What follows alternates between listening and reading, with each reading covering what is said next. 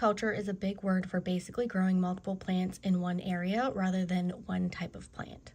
Companion planting or intercropping are ways that you can grow a polyculture. I'm not an expert in this, but I want to show you a polyculture planting I've got growing in my Zone 6B gardening. Polycultures are great for increasing diversity, so if one crop fails, dense planting areas can still provide food or other yields. So they're really great for maximizing space, so not an inch goes to waste, and they're great for strengthening growing conditions if done right. We'll talk about that in a minute. I personally love polyculture plantings because it gives areas of the garden constant interest, it reduces weeds, and it's helped me with pest pressure. But the greatest benefit of all to polycultures is that even if you have, again, one crop that fails or one plant that's not doing well, it still supports your confidence because you're not feeling like, gosh, I can't grow this because all you see is this dead plant. Instead, it's surrounded by other plants that are likely still doing okay. So it really helps reassure you that you can do this. When growing a polyculture, you want to look at the functions a plant can provide you and how a plant grows. This includes considering if a plant builds fertility in soil, like nitrogen-fixing beans, if it attracts pollinators, like flowers and native plants, if it deters pests, like herbs, or if it can serve as a trap crop, like nasturtium or calendula.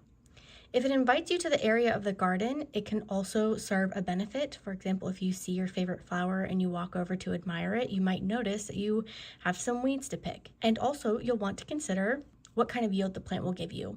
Will it give you food, herbs, tea, cut flowers, etc.? It also includes considering how much nutrition a plant needs, whether or not it will compete with other plants, how tall a plant will get, and whether or not that means it could shade other plants, and if those other plants will benefit from that, how the plant grows, like if it vines, stays compact, if it's sturdy or flimsy, etc.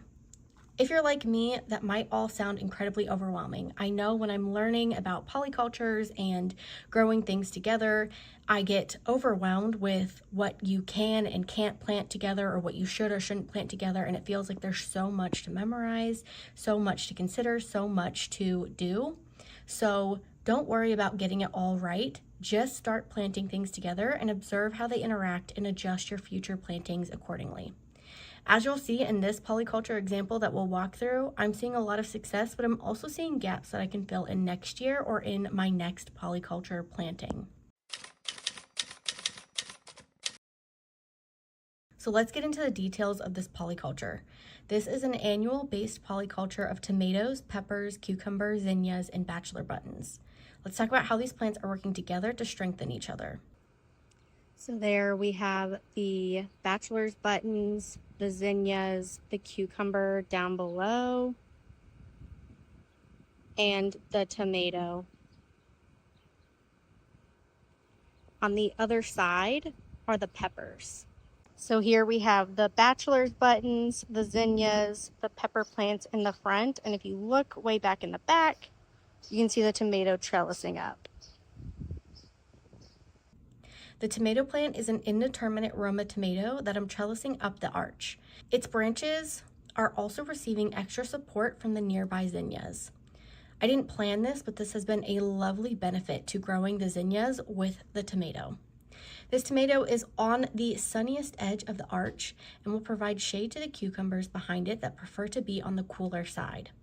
I've also got peppers on a sunnier side as well, but they are being partly overshadowed by the zinnias as they get taller. I may choose to cut some of the zinnias back to give them more sun in the future, but I'm happy with the fact that they are growing some peppers anyways in this spot. Now I know people say don't grow peppers, cucumbers, and tomatoes together because they can compete for nutrients or transmit disease to each other. In my garden, blight and powdery mildew are inevitable, but I will say with how densely this is planted alongside the zinnias and bachelor buttons, airflow could be a problem. Speaking of zinnias and bachelor buttons, these are really just beauty elements added into the space between the peppers, tomatoes, and cucumber. Though bachelor buttons are edible, these flowers are shading the soil to prevent it from baking and cooking the other plants, and they're also preventing weeds from germinating. They also bring in pollinators to the area and add a gorgeous element to this polyculture. Additionally, they serve as potential sacrifices to any bug that may want to kill my food producers.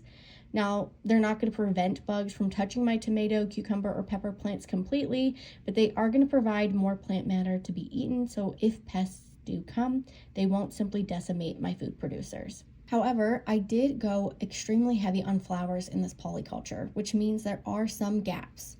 Beans would be a nice addition of nutrients to the soil, especially since I've got heavy feeders in this planting. To adjust, next year I'll likely grow pole beans on this trellis with calendula to allow the soil to regenerate the nutrition back in it. Additionally, I don't have any herbs in the polyculture, but I really love using dill and basil as pest and animal deterrents due to their scents. I think basil especially would have been lovely to plant in between the zinnias and peppers to give space for more light to shine through, but also continue that herbal yield. This is one of my weaknesses in the garden. I'm still building an understanding of the different height potentials of plants and how they can work in polyculture plantings together. This would also likely help me improve the airflow of my plantings too. Like I mentioned earlier, airflow could be a problem in this planting.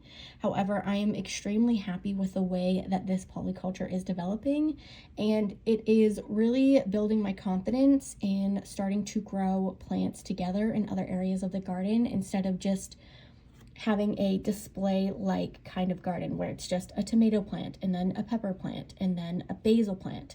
Instead, having all these plants together, supporting each other, and also helping me maximize the yield of my garden is really, really rewarding. I would love to hear your experience of polycultures in the comment section down below. Thank you so much for watching this video all the way through. And if you want more content around growing in Zone 6B, I'd love to have you subscribe to my channel.